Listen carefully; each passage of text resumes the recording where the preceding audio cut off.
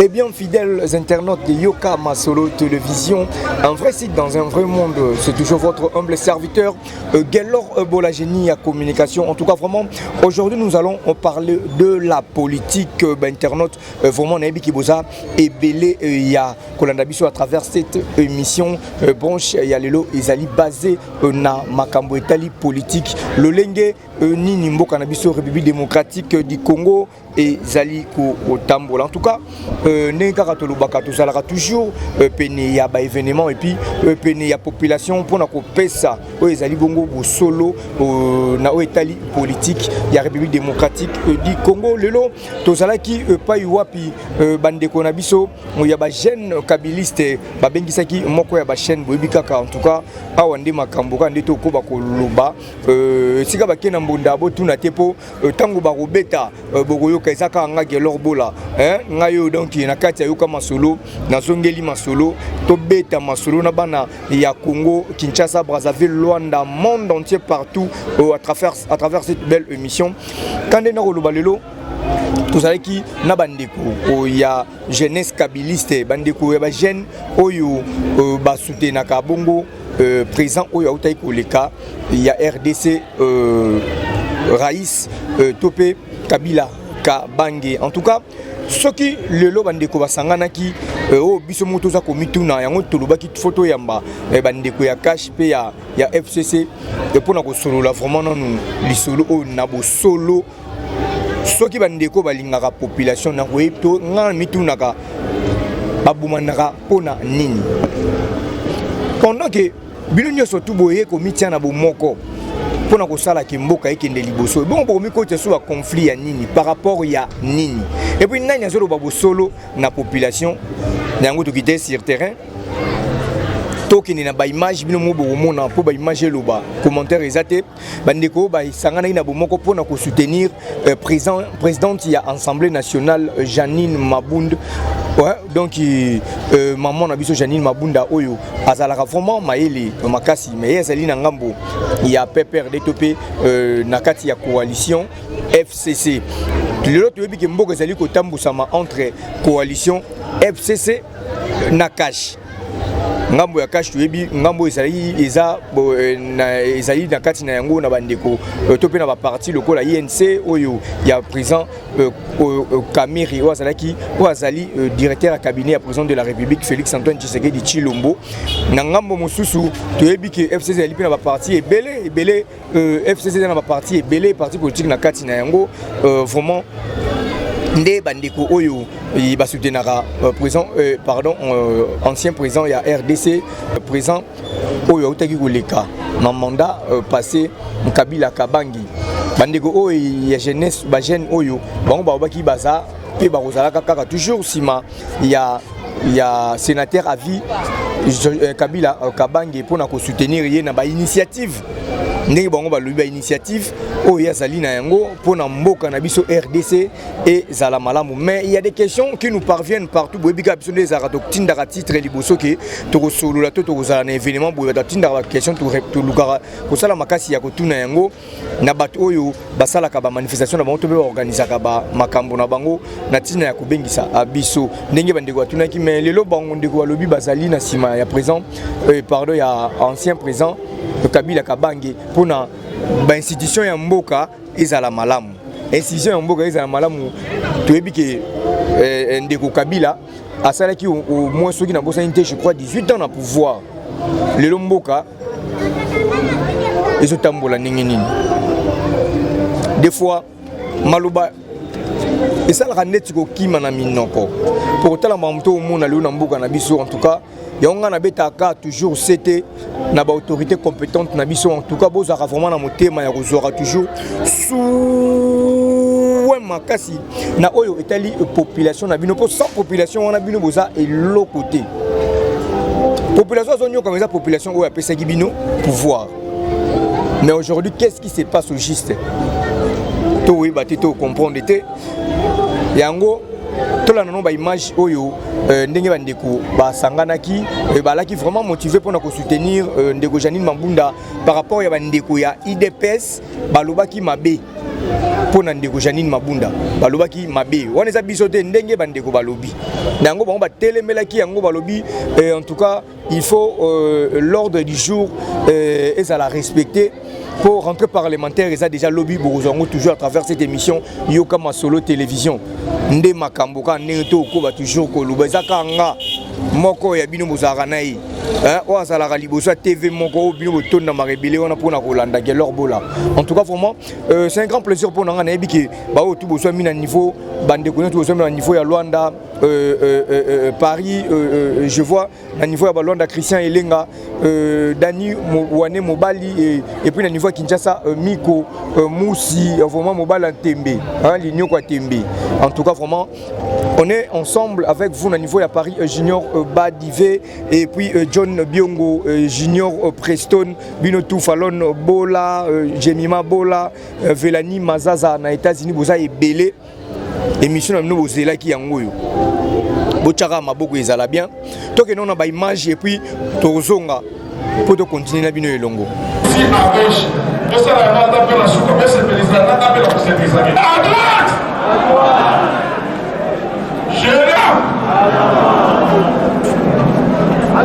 jeunesse stabiliste accompli okendaki na mission oyo ezali structure oyo okomona jeunesse stabiliste ASBL yango baza ebele awa na kotanga son excellence libre tozali anadek mamoko oyi bandeko ya ngambo wana kuna balobi ke bango bakokende perturber rentrée parlementaire institution parlement oyo ezali dirigé dans l'Assemblée nationale epai ya mama oyo aleki bamama ya ngambo wana na mayele mama Mabunda azali moto ya pamba te CV na ye eza costo eleki na ya mibali ya ngambo kuna donc bideo nyonso ya biso ya FCC basala mosala po te mboka ekende liboso oyebi bandeko wana bawumeli mingi na opposition oyebi opposition ezalaka diabolique ngai nakanisaki ntango bango topesi bango pouvoir tokanisaki ete bakosala messe au culte ya repentance parce que baza animé l'esprit opposition eza esprit diabolique moto nyonso azalaka opposant yeba te azali na esprit diabolique amen sacré mama aboti biso mama wana mpe aboti président de la république oyo azali lelo tokosepela te bafinga mama alors tokopesa maloba tokobondela yo stabiliste ASBL mama Suzy Bachoko présidente nationale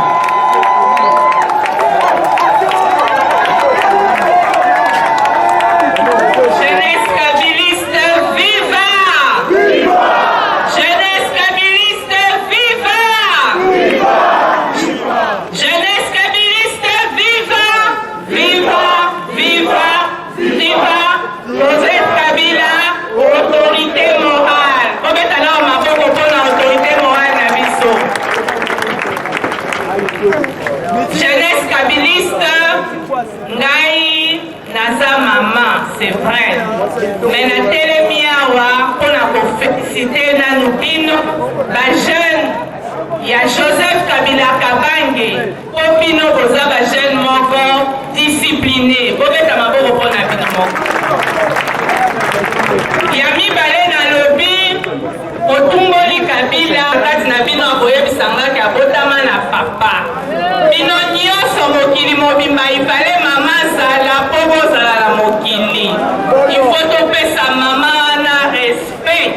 mpo na nsima ya respect wana nde Joseph Kabila azwaki vision vision ya kotia na parlement po ayebaki ke soki ye nde aza na parlement mboka ekekende liboso oye. Là, vous venez de suivre les images où il y a la jeunesse kabiliste, Basangana qui pour la Sima. Tu peux soutenir maman Janine Mabunda, Wazali, présidente de l'Assemblée nationale. Lui, va soutenir par rapport à langage ya Mabé, Makamba Mabé ou Bandeko ya IDPS, Balubaki contre maman Janine Mabunda. Mais tu as une question Tilelo. Tu as toujours la question FCC cash ba otambusa mboka. Mais quand on FCC cash ba bomanaka finalement na ebité ça so eza théâtre de chez nous ou bien eza nini. To ebité. Est-ce que les patriotes ya solo vraiment ba ko linga ba mi côté na ba distraction o ya boye pendant que population na za ko lela ka tango nyonso. To ebité. Il y a encore une question qui nous parvient à niveau il y a Paris, Tabita Dorcas et puis Ribibo la Mokondi. Ok, Mbote Nabino, on a dit que vous avez rébellé vraiment pour la émission Oyo. Alors lobby, est-ce que le lobby peut rentrer parlementaire et Gozala pour Bandekuya cash, bango peut aller au télé Mawaroya contre la proposition Oyo Salima, Tobe Oyo Salima qui na Assemblée nationale. Donc c'est là où on va dire que maman Janine Mabunda aza ko kumba makambundenge elongo banité. Donc bango bazawana pour na ko soutenir ba institution parlementaire. Wana bandeko ya ba jeune o va soutenir Kabila. Bango nde ba lobi bon le sénateur a vu monsieur Kabila Kabange. Bon ba baza toujours simanaye. Lokola maman Janine Mabunda baza na kati ya coalition FCC aza moko ya ba cadre ya PPRD. Yango bango lokola baza bana ya sénateur à vie bon baza toujours wana pona ko soutenir ye yango bango bango pe bakoya bako telemela batu nyonso to bakoya ko luka ko tia mbilinga pour rentrer parlementaire et ça les maté parce qu'il y a un sujet très important pour le moment so pesa liboma na ndenge ya ko sakana te bandeko na ngai na ça to solo la yango na kolinga to ya invité poto ba ko développer masolongo très bien les ali dossier proposition de loi oyo ndeko na biso wa zalaki ancien gouverneur Moïka Sanji a proposé qui est l'élection présidentielle, population du Sud a voté président de la République. Président de la République a voté à niveau il y a assemblée.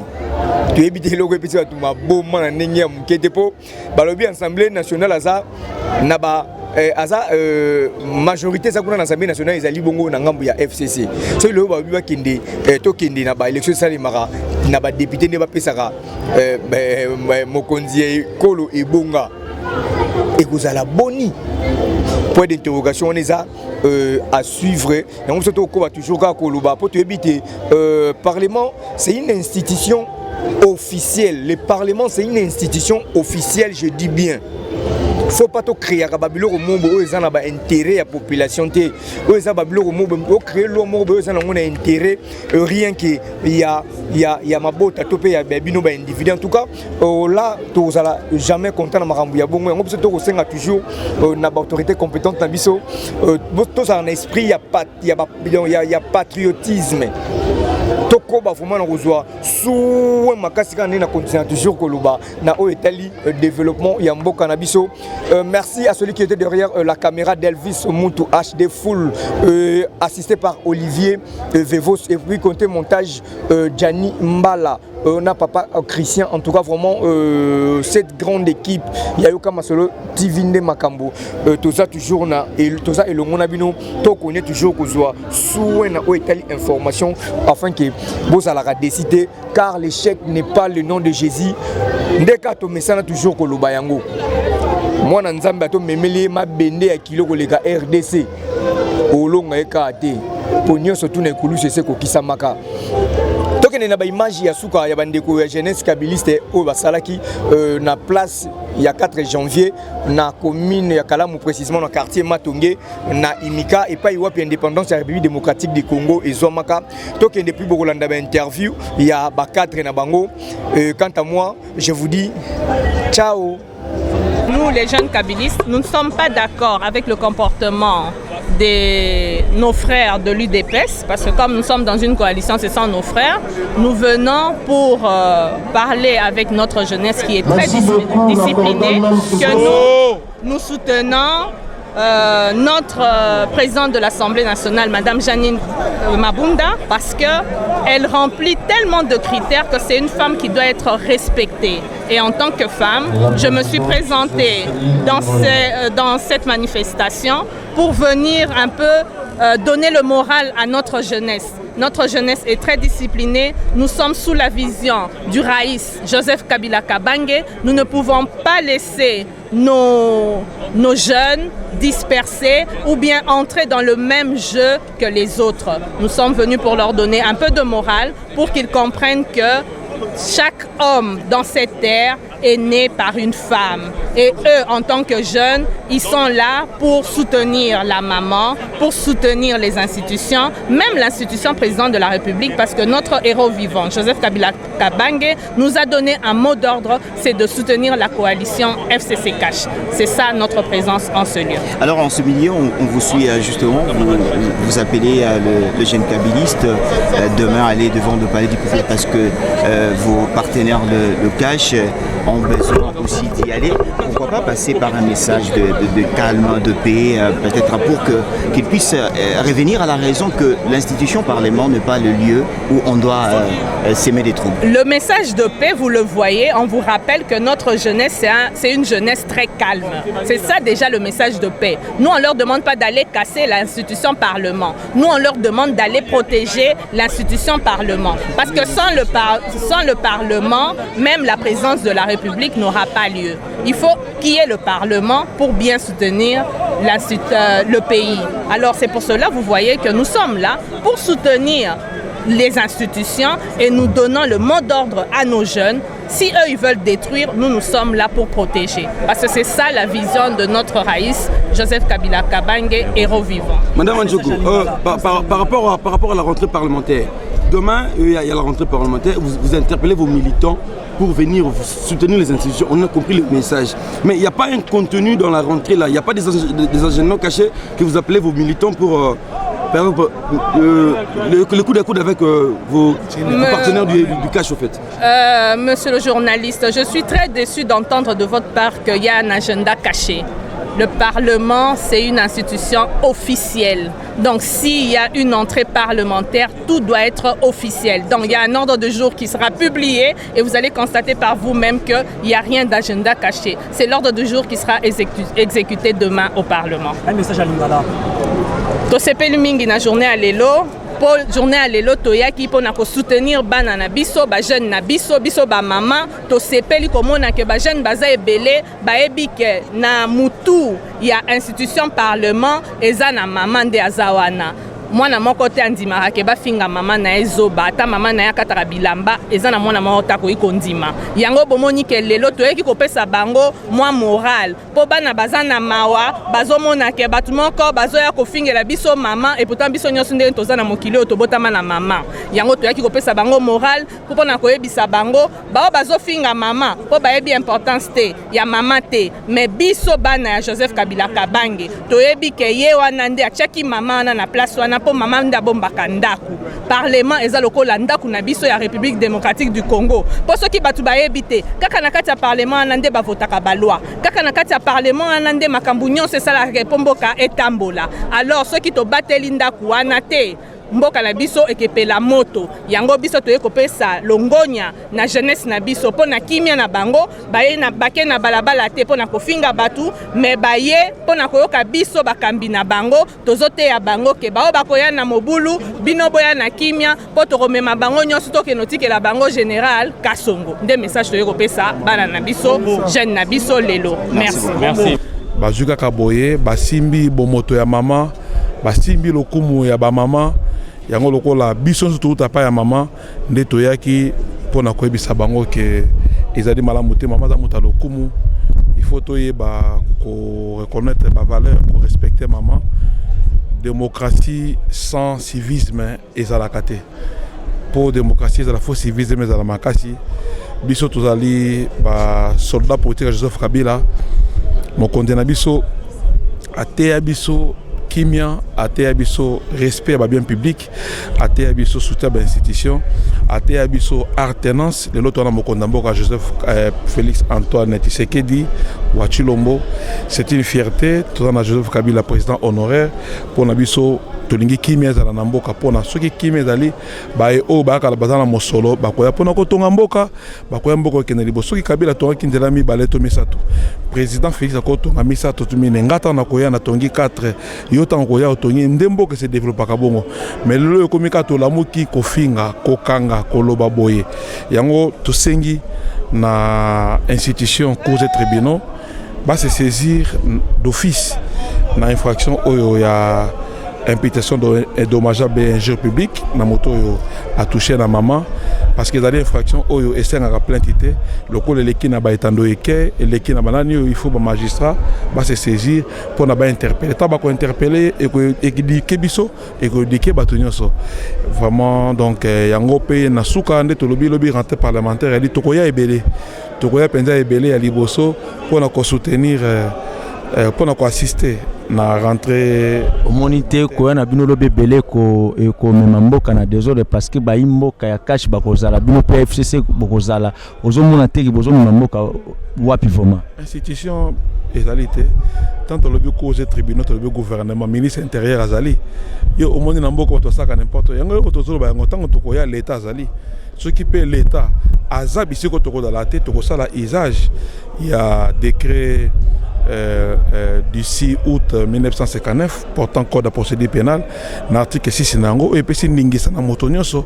akanga moto avec obuka mebeko amemaye devant la police la plus proche.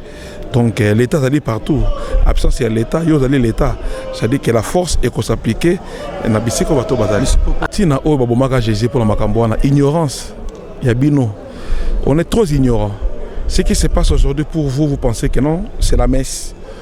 C'est la recommandation divine. Bon, il faut commencer par déplorer les actes infractionnels qui se commettent par le trichement de nos amis. Nous venons assister. On n'est pas Simon, nous sommes une force, la première force politique de ce pays, c'est le FCC. Nous viendons pour, comment dirais-je, soutenir les institutions. Le Parlement est une institution, nous on va venir. Il faut lire l'esprit. Notre esprit, ce n'est pas un esprit de nuire. Notre intention n'est pas de nuire. Nous venons parce qu'on doit assister. Mais en cas de débordement, la police doit intervenir. En cas d'absence de la police, nous allons intervenir pour remettre les incalcitrants dans la police. Coalition FCC cache relations andenge non relations ali malamu parce que na bolingo babotaka bana botaka mité maté ba papa na biso papa Kabila na papa Tshisekedi akutana kate basololaka pour mesdames makambo ya éducation siko ya relation parce que papa na biso otine éducation na famille na ma papa na biso fait une éducation na famille na muta na famille na éducation na biso bozomona éducation pe bango papa na papa fazonga biso qu'est-ce reprocher nous mais il y a reprocher de l'autre côté. Je pense que papa na biso tant que bango baza na bolingo il faut que basala musala pour na biso yango biso papa na biso pa biso sala musala biso to mikolo te to mikolo papa ya bande ko biso mususu wana yango to la kisa bango expérience na biso ya vie to la kisa pa na bango bosala biso confiance ba comprendre ba mesana mingi na mobulu to ko pesa bango c'est un travail pédagogique to sala ba mesana tala moto wana moi ebubu moko bazofunga azofinga moto azali azana doctorat na Louvain yes avenir na bango école les atate ça dit que un idiot ya mutu moko atanga kela cité asola makambo ya nzoto makambo na makambo mutu asola te mama bunda za makambo mutu mama mabunda eza makambo mutu za makambo minene te